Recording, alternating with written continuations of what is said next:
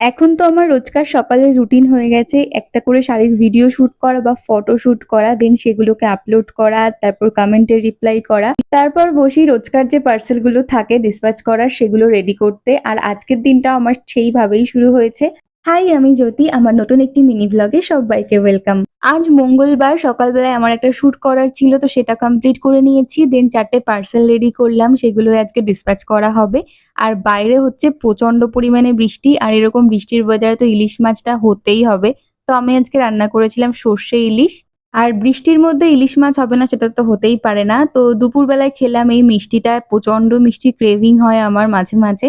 আজকে আমি আমার জন্য একটা চিজ অমলেট বানিয়েছিলাম, আমার তো বেশ ভালো লাগলো খেতে, কিন্তু এটাই ফার্স্ট আর এটাই লাস্ট। আর রাত হলেই তো আমার দাঁতে ব্যথা শুরু হয়ে যায়, তার জন্য মা দিয়েছিল কড়া করে গরম চা, আর আমার জন্য রাতে বানিয়েছিল চিড়ের পোলাও, যেটা দিয়ে ডিনার কমপ্লিট করলাম।